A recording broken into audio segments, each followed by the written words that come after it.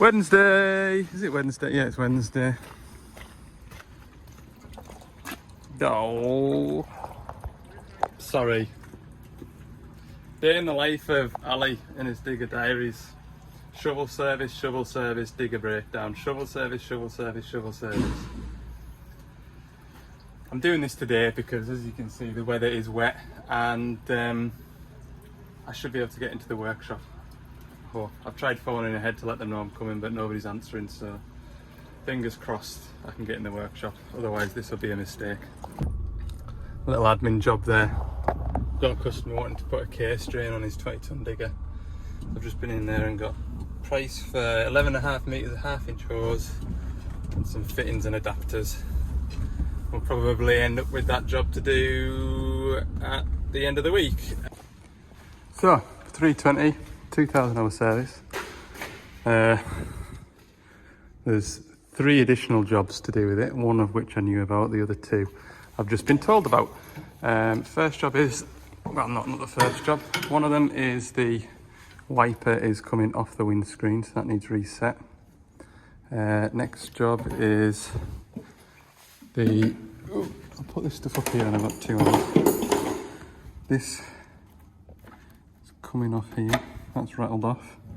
Looks like there's a groove in there for a circlip. So I'm hoping if I take this apart carefully, I'll find the missing circlip and reinstall it. So I'm hoping anyway.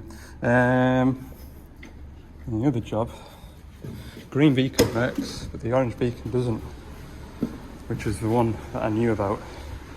So swap the beacons over, and the orange beacon works, I think. No, it doesn't. Wait a minute. Anyway, put my test light on here.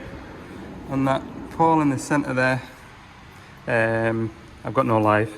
Check the fuse in the cab, 20 amp fuse, that is working. Check that with a test lamp, because I had a test lamp. So we're going to strip this down and see if I've got a live going to this wire here. Probably goes to a plug, does it? Is there a plug?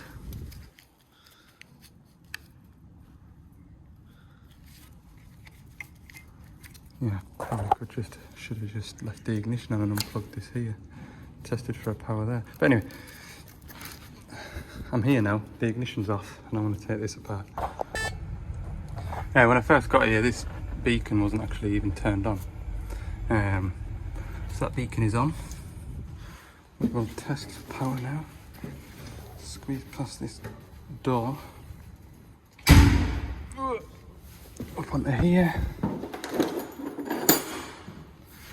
Test light on earth. Test here. Nothing. There's no live. I should have a good earth there because if I pull that one off, put this in here. So that earth is good. Right.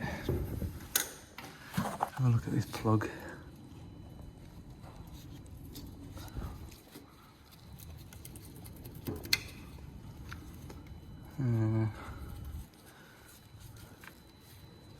That is going to work. Just double check that goes into there. Yeah, it does look. So it does, right? So is it going to be blue or brown? It's going to be live. Don't know which to expect. We should have a live on one of them.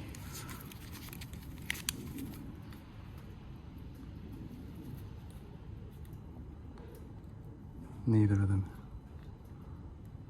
Great.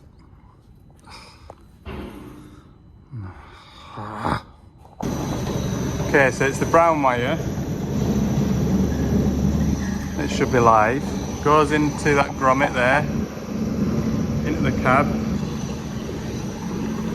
Comes into the cab about there. I think it runs along that way. But before I start stripping the roof lining out and getting it all mucky, go and have a look at the wiring harness layout. And if we look here, there is a joint rotating beacon joint. So I would imagine when the green beacon wiring's been fed through, I'm hoping anyway, that these two bullet connectors have been separated. That's my diagnosis. So I'm going to take that plastic cover off the top of the roof because that takes 30 seconds instead of spending 15 minutes pulling the roof lining down. It's 23, I need a 24. It's either a 19 or a 17. And what else do I need? A whiz popper. Whiz popper, come on. I might as well put a 13 in my pocket as well, because I'll reset that wiper arm. Correct diagnosis, but I'm going to have to cut all this silicone and fish out the wiring from the roof and then re-silicone it up. Mint. Now I've got that rubber boot off. Now I get to play a fishing game. Trying to find me wires. Is this them? Aha! Wonderful. So that one there, green with a red trace, should be live. We'll check that. With test light, test light, test light. There. That into there. Oh. No power. No power. Not unless I've blown the fuse fishing about for it. Fuse is this one, 20 amp fuse here. Good lord. Right, power on that side of the fuse. Oh, it's power on that side. Oh, for goodness sake. Why couldn't it just be a simple fix? I'm just about to take the back of the cab out. I just thought this is on the CAN network. The beacon switch isn't just your usual bloomin' switch relay beacon comes on. It's on the CAN network. So we better just check that the machine can see that button being pressed. Horn relay. Rotating beacon relay. Oh, look at that. Turning that on. Rotating beacon relay is on. Oh, it's gone off. On. See that? This one here, look, watch this. On. And it goes off.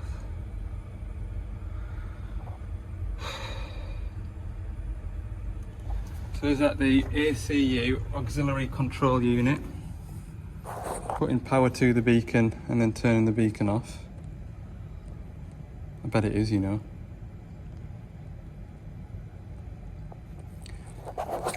See things like that, it really annoys me.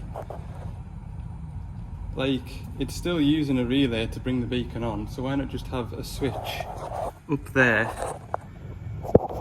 Up there, look. Put a switch up there. Turn the switch on, bring a beacon in, put the beacon on. Rather than that blister pad there, press that. Little message goes through the ACU. ACU then pulls a relay in and brings the beacon on. So now what I need to do is see if that live comes live briefly. Or is it because it hasn't got a load that it's coming off? You know what I mean? Like the beacon isn't there, so it puts it on, doesn't see a load, so it brings it off. These are the stupid things you've got to think about. Okay, I put the green beacon on, because I know that works. I've put the pole back together. When I turn the beacon switch on, I'm looking for that relay coming on, and then I'm looking for that beacon to light up, okay? Put that on. That's on. Green beacon on. And that's staying on now because it's got a load, because it knows that the beacon's there. My word. Talk about overcomplicating things. Do you know what I mean? Oh, it saves us about 2 meters of wiring. It's a flipping load and shovel, you've got hundreds of space for wiring. Just crack on and put some wiring in for it. You still got to run wires up to the roof. Oh god. Right, so if I take this off, does the orange beacon work? It's not if I drop it, it won't. Right, that beacon relay's gone off now that I've unplugged it. So that's good. Come all the way back down to the cab now. Turn the beacon off. Turn the beacon back on. Relay on. Orange beacon is kaput as well.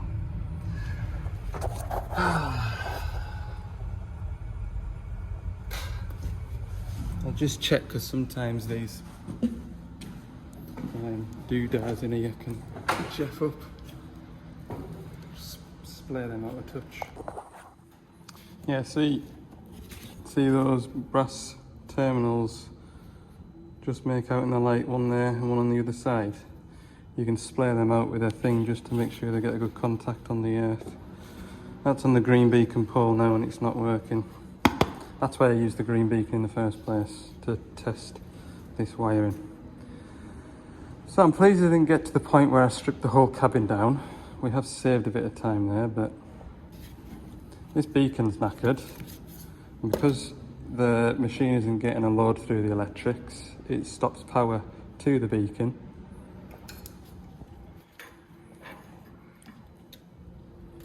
So it is that simple. Well, I wouldn't describe it as simple, like, would you? There we go.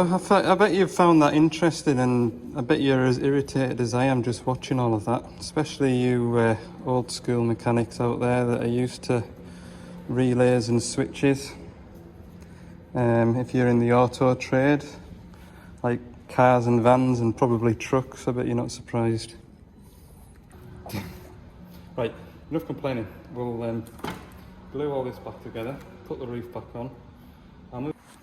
There we go. It was like I was never in there. I even shoved some in this grommet up here so it won't track down. I've got a rag in my pocket. Oh god. Look, I've got stuff squirting out of here. No. It's clatty stuff, that tiger seal, isn't it? Right, that one was a bit simpler. I've just moved the wiper arm over a notch. It doesn't fall off the windscreen now.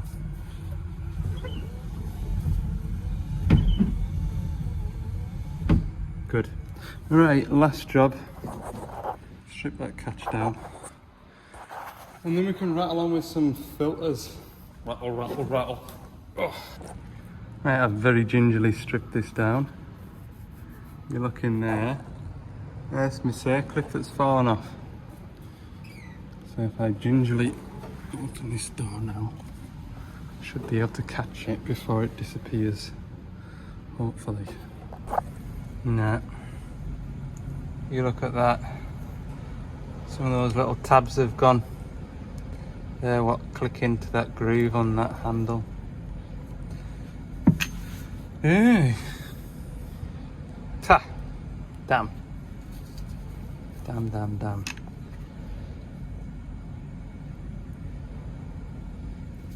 I'm looking at that thinking, can I drill and tap it and then put a bolt on it? But it'd have to be fairly... That's tiny, that like. I wouldn't have a tap small enough, I'm sure. Oh well. There's another just passing job. Put one of these window catches on. And there we go. That is how you can fast spend an hour doing little jobs. Right, I better put a boiler suit on now and change some oil and filters. Hey. And begin. Transmission oil out.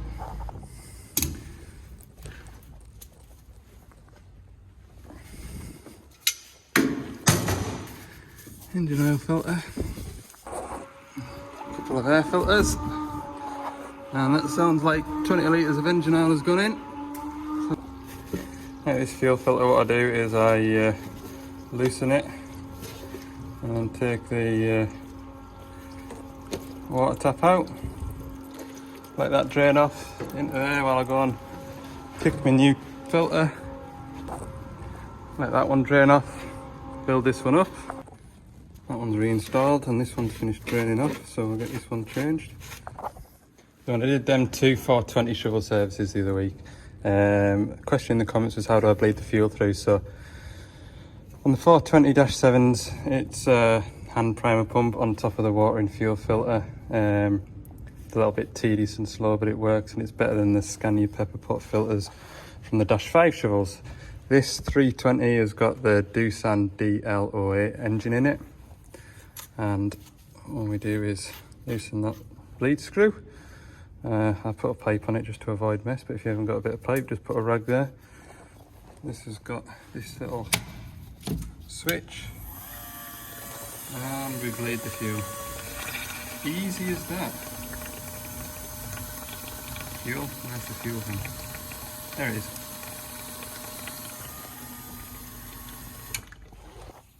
And it is as easy as that, all bled up. Take that pipe off, put it in the bin. I've switched the engine oil filling off because this engine takes 38 litres of engine oil, so it doesn't quite take another full 20. So hopefully it's settled out now. I'll dip the level, see if it's anywhere near. It'll be on the dipstick, I would imagine. Oh, perfect. That is absolutely bang on. So what, with these machines, I normally put them just 10 mil above the high marker, because by the time the oil's circulated and filled that filter up, it'll be bang on. Of course, we will check that it is bang on once we've started and run it, but I'd be pretty confident of putting all my gear away and checking it afterwards at that mark. When you do these over and over and over and over and over again, as you see me do, you just get to know. But don't ever get too comfortable, always double check. Something as simple as that could ruin your day, couldn't it? Right, what I need to do is take that tub out from under there and we'll get the transmission oil going in. Right, transmission oil going in. I'm going to do the return filter. There we go, return filter done. But forgot to get me hydraulic oil sample. Well done. Not the end of the world. I've not done the pilot filter yet, so I'll get it. I'll get a hydraulic sample when I do the return for the pilot filter. That's a perfect example as to why you should put a bucket underneath your filler neck. Only just filling it too quick there. It wasn't running over when I set it off, and when I checked up on it 2 or 3 minutes ago, it wasn't either. I'm telling you now, man, them transmissions are hellish to fill by hand. There we go, sample acquired, filter on, and that pump is going to need a battery by the time I get this pilot filter housing on, isn't it? I'll use that opportunity to check what the transmission level is. You'll see that transmission oil level is really high. What we do is we start the machine up, let it run for a bit, because you check the transmission oil level with the engine running and up to temperature. So we'll get that started and running. Check for any leaks on our filters that we've changed. And change the 2 cab filters. And then top it up if we need to. And then calibrate it. That's all we've got left to do. Okay, that transmission oil. Bang on. That's at operating temperature now, so what I'll do is I'll take that out, put the cap back on. We'll get it set up on a calibration, because we've got new oil in it.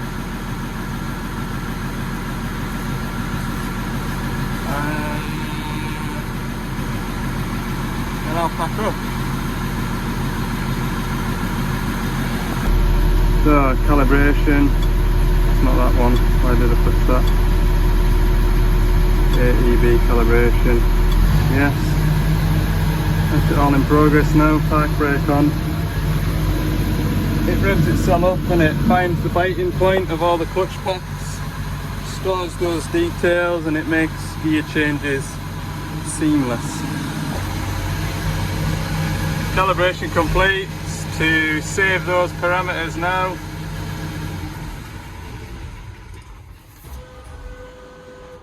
Switch the machine off. Right, we'll double check our engine oil.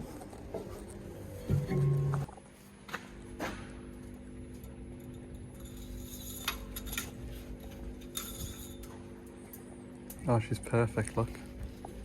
I'll show you that without wobbling it everywhere. Absolutely. Telling you now, man, when you do, it feels like I'm doing 2 of these a week at the minute. You just get to know, don't you? I've made good time on that shovel anyway. 2:30 now. I didn't start until 12:30 because when I finished all those repairs, it was like 12:10. I didn't have a boiler suit on. I thought I'll just have an early lunch and then put my boiler suit on when I get started. You know what I didn't do though? I didn't put my shovel servicing hat on. I feel all the sand just flowing around in me. Beautiful locks. Anyway, I'll give these lot a shout on the CV. They'll be fair keen to have the machine back, no doubt. You're the casualties of war. Look at the state of it. I was only appreciating it the other day, wasn't I? 'Tis the season to wash the van every other day. Oh man. Okay. I'll probably flipping sand everywhere. I'll probably pick you back up tomorrow morning when we're heading out west to this 6-tonner. Bye. That's not a DX62. Thursday morning, welcome back. Yeah, I'm not at a DX62 today. We were just short of a couple of bits. They are now in stock as I've been driving down here. They've got delivered. But this shovel came in yesterday. Got yesterday evening about 5:30. Operator phoned us with loads of error codes on the screen. So I've done a bit of fault finding over the phone and we've discovered that the alternator is outputting 32 volts. So thankfully we had an alternator on the shelf. So I grabbed that last night and we are 2.5 hours away from Carlisle again. We are southbound. Yeah, I've had all the long distance jobs to do this week, haven't I?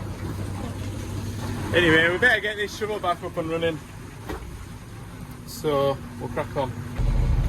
There we go, look at alternator voltage 30. Just wanted to double check. Before you go back and turn the ignition on. Hang on.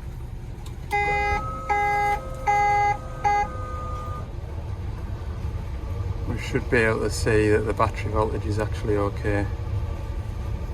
Hoping it's the alternator. It should be the alternator.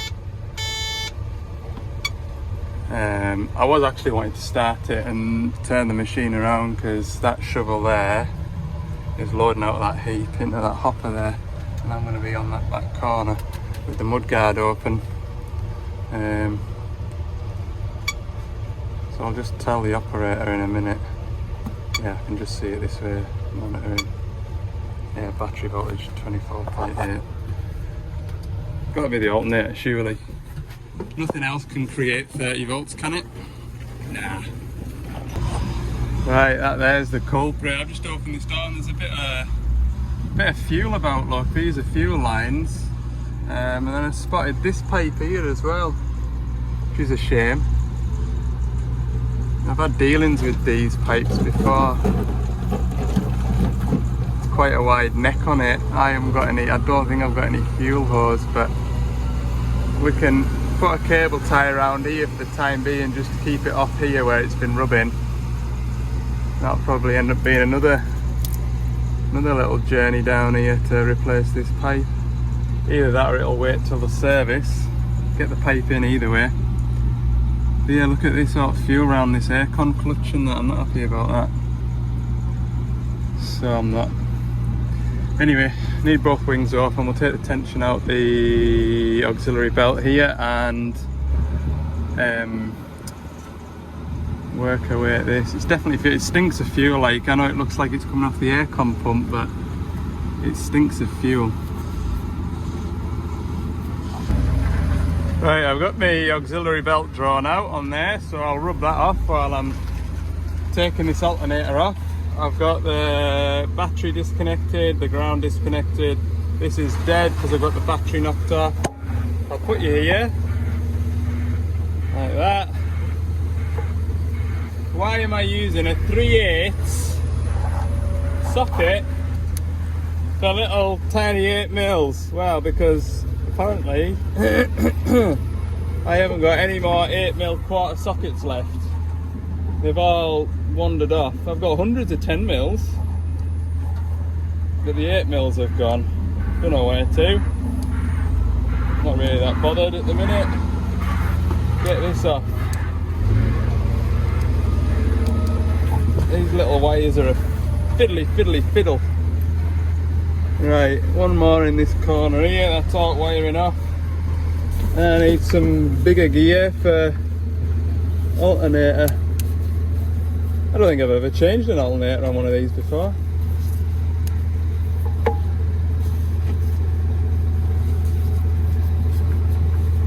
No, I don't think I have. I don't know what to expect. It's surely got to be easier than doing it on an excavator. This engine would be in a DX300, DX340. No, I'm not sure about the 380, I can't remember. 380 might have a Scania in it.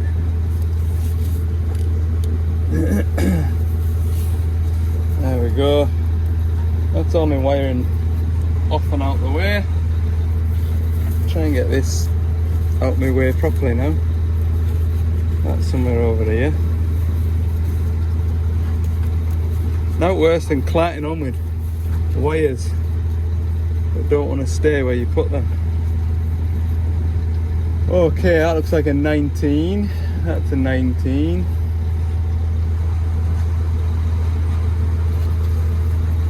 And maybe a 17 on the front of here.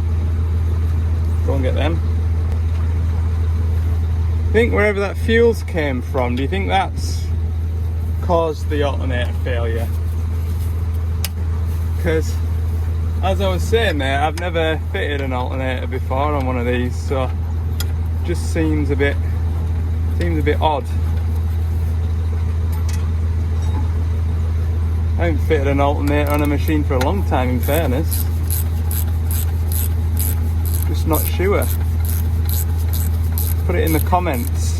Have you ever seen an alternator fail due to exposure to diesel? I suppose if there's any insulation in there, where you can see by some of the rubber on the terminals to the alternator, that it's all just perished. So perhaps there's something in the alternator that's perished. I'm not really sure what to expect by removing this bolt entirely, but I'm going to anyway.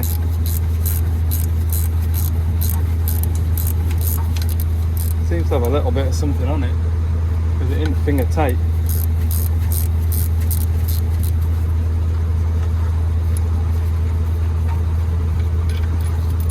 What's that one on?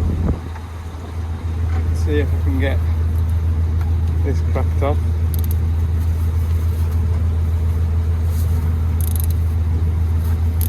Yeah, oh, there it goes, look. Now, sod's law is I can't remove this alternator, can I? Without either taking this bracket off or dropping the aircon pump down or removing this fuel filter, I think. We'll have a ratch about in a minute or two. I'll get this. Maybe we'll go actually. I'll turn it through 90 degrees. We shall see.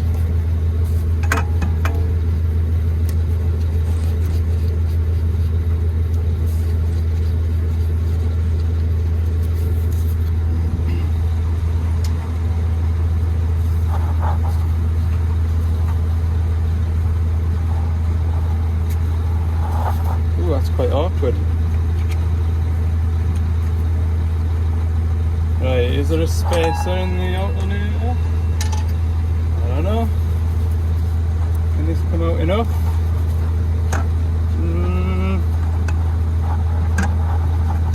Oh.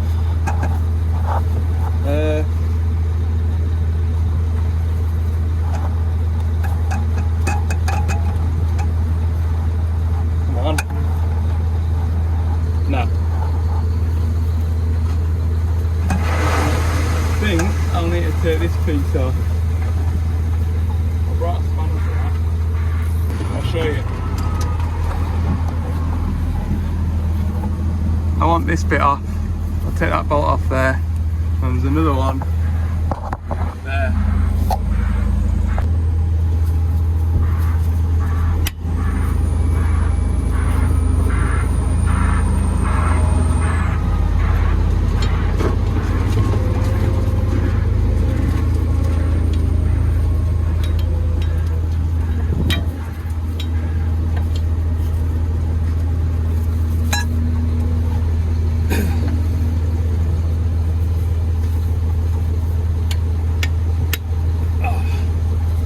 FT, that one.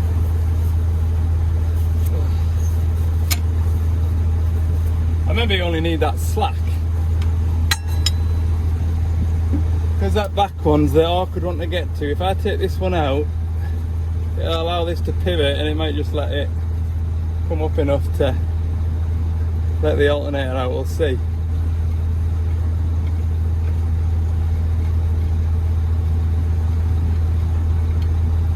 There we go.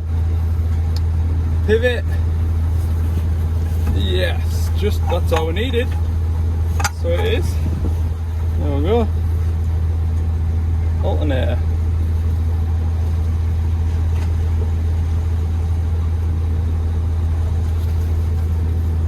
Check the bearings while we're here.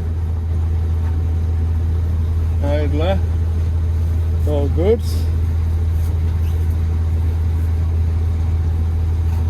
Yeah, I don't know where all this fuel's coming from.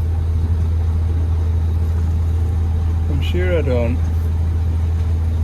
But I'll be making sure everything's tight, you know, like something like that. I've got a 10mm actually. Something like that dribbling away. No, that's tight.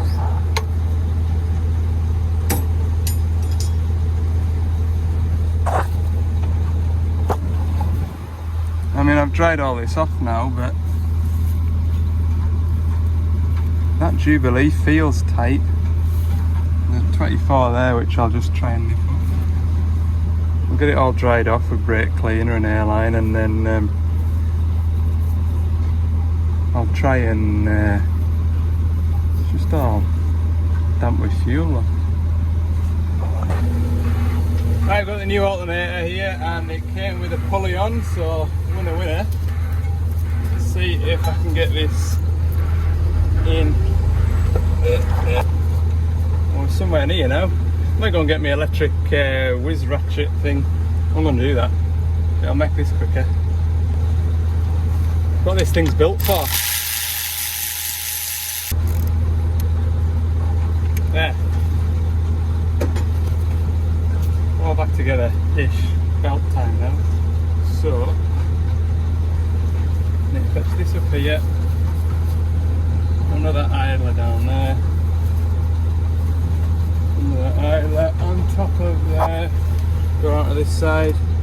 There's no point trying to show you because the only place I can put you is there where you can see what I'm doing.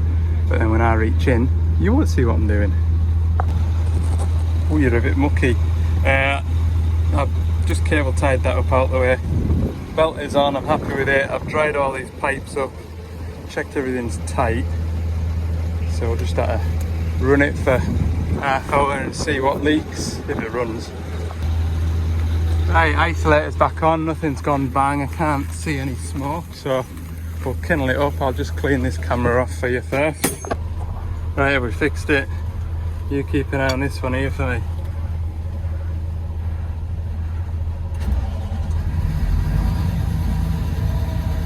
Oh, we have. That is perfect. Well, that is good news.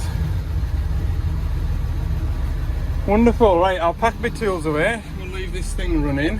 And if we can't see any fuel leaks, because we're all the way down here, we'll go and razz it around and call it good. Right, so I'm just making a mess, look.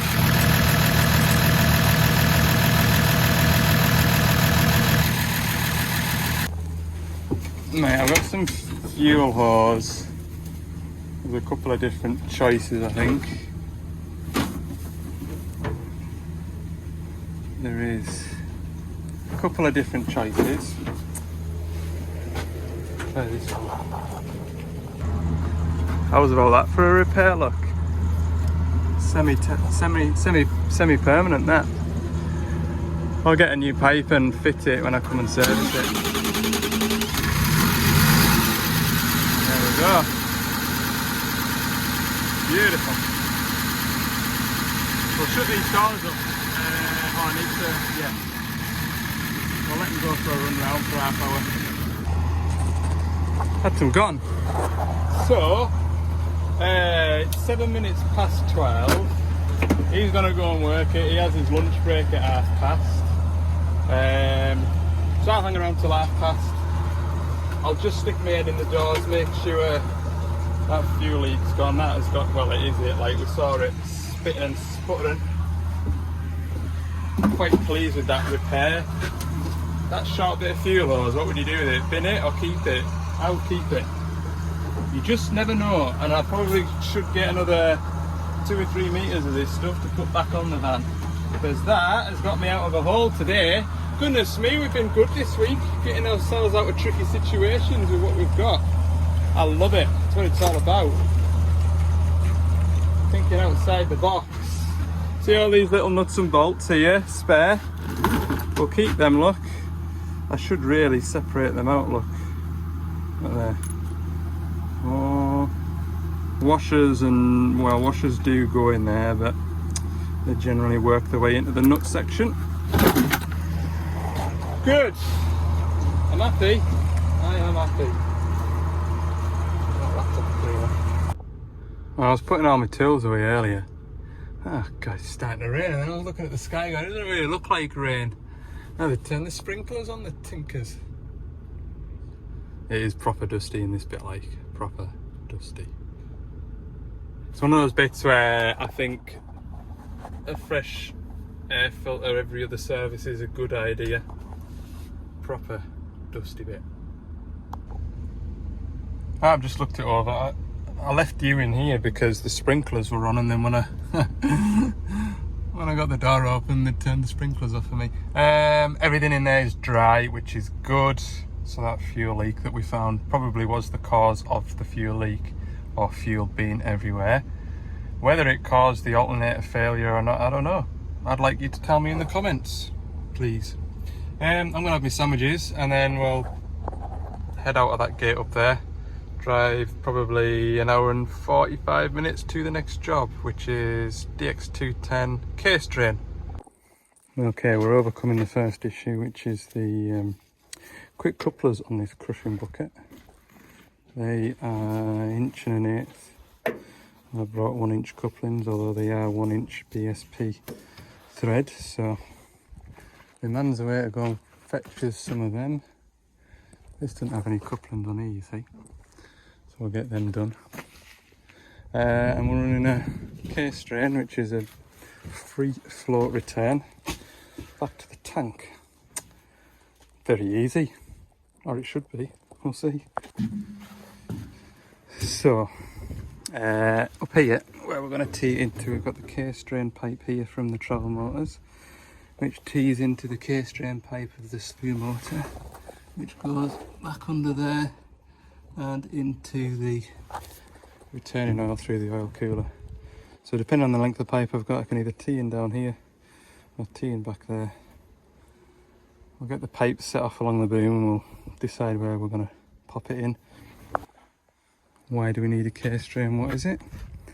This is a crushing bucket, so material goes in here. These plates kind of wobble like that and crush material, and that is done by a motor that goes round and round, which sort of oscillates it, if you will.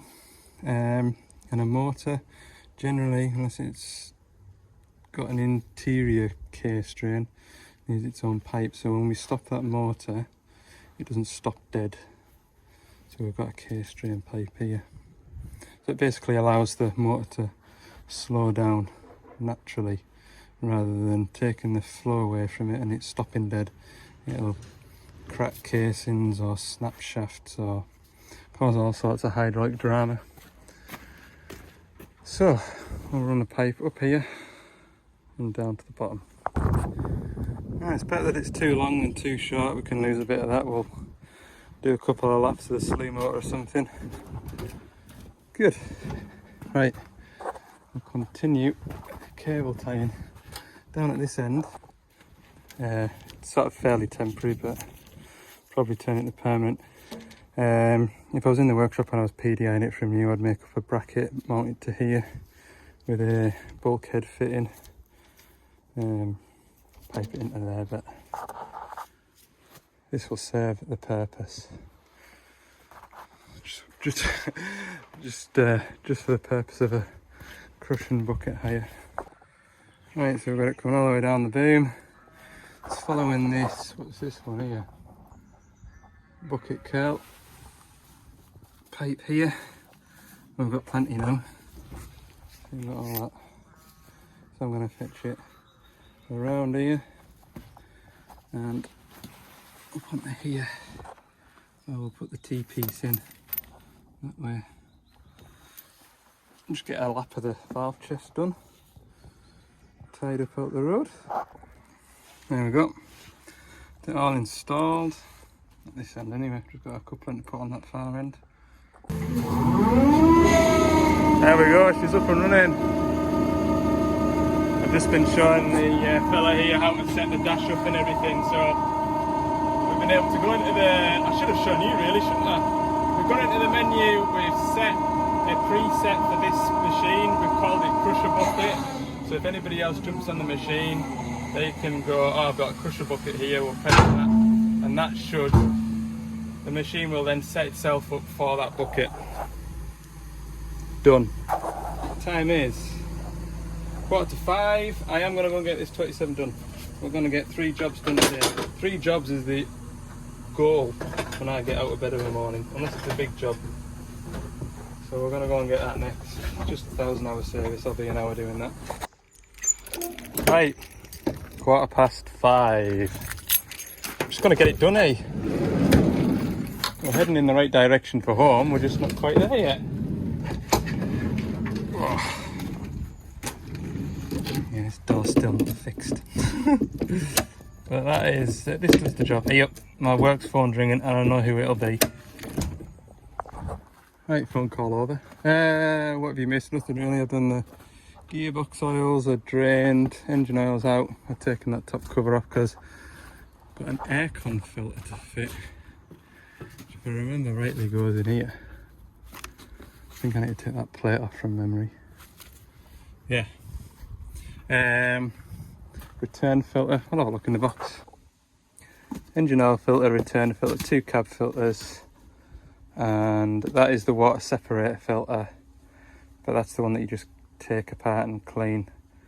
I just take that with me just in case I come across something, but you get the whole lot if you look. Show you. See, the whole kit and caboodle. It's quite expensive, and if you just clean it, because it's just I'll show you. I'll take that filter off now. There, you take the whole thing off and just give it a clean out. Oh, that looks pretty cracked, doesn't it?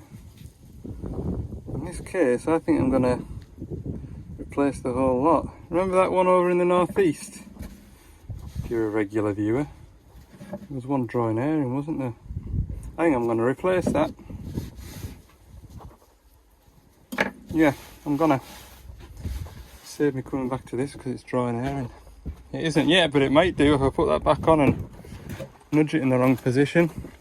I think it's a good job I fetched it, because I loaded myself up last night because of the plans changing, and so I grabbed my own filters. Right, there we go, a new filter and housing in there now, new filter in there. Got the engine oil here to do. That's a clarty one and all, isn't it? Oh, it is a clarty one, clarty. Get some rags put in there. Let's move the rag. Bring your rags as you can out, that's it. Get that in there. Get some more, look, even. Many as you can. From what I remember of these.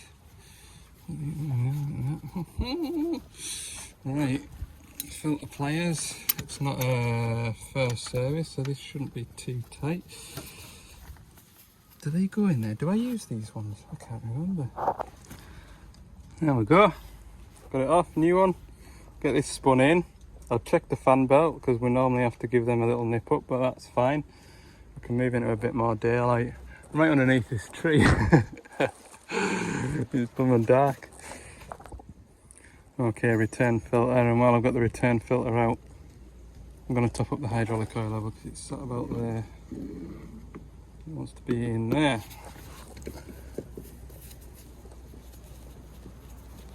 Why won't they work? There.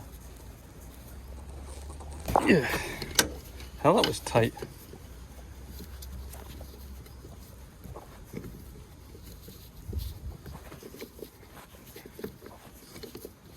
A big light up, look. Thanks, Dave. Dave sent us that light, you know. Very kind.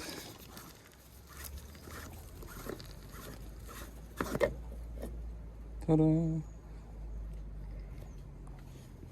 Pop you there. My work's falling around now. Who can that be? Normally after 5 o'clock it stops. Oh no, here's the better half again. Hello, better half. There we go. Oil in. That looks better, doesn't it? Marvellous. Right. Return filter, 2 cab filters. And oils. What time is it? Oh, I don't know what time it is. I was being asked what I wanted for the tea. A pointless question because whatever I suggest is the wrong answer. So yeah, nice big greasy burger with cheese and bacon, please. Oh, solid. Yeah, I'm happy with salad. Oh, that'd be grand. Oh, you'll have to be. At least the salad won't be cold when I get home. Right, there we go. Return filter it is. Flipping heck. Back in. The cute little cab filter, isn't it? There's a little tab there, look, that you just pull. It must be that one then. Presumably the other filter is behind here. Yes. Does a good job of cleaning, look. Not going that way. That means this one goes this way. Bloody entertaining now. God. No wonder I've got so many subscribers. 12.5 million. Changing the cab filter, look. Oh, sorry, 12,500. Why do you not have so many followers, Al? Ta-da! Oh, it's just an everyday life of me. Everyday life. Servicing. Service. Right. I remember when I asked for some constructive criticism on my videos to try and make them a little bit more appealing. Maybe somebody, I can't remember your name now, but I took it in a good way. Somebody put, I'll be honest, Al, I use you to fall asleep too. And I thought, all right, very good. The content is it's natural, isn't it? It's not forced. I'm not doing the big drama stuff. Anyway, I think I'm just happy pottering away the way I am. I don't want big subscribers. I just want regular viewers that enjoy my videos. So if I get too many views on my videos, I'll start thinking to myself, hellfire, I can retire now, look. I'm a long way off that. Oh, I've just undone that. Good, just before it's got dark. No, leave it open, check on the leaks. Whoa, it's got like a sewing machine, 6:10. Beautiful, I'll let that run for a minute, I'll put all my tools away. Ah, self-closing door. That's me done, finished for the day. 3 jobs done. 6:17. Said I'd be on by 1:30. I think salad's gonna be cold. Thanks for watching. If you enjoyed this video, click like down there somewhere. Subscribe if you haven't. Next video we will put, I'm not even gonna say it. See you all in the next one. Bye bye.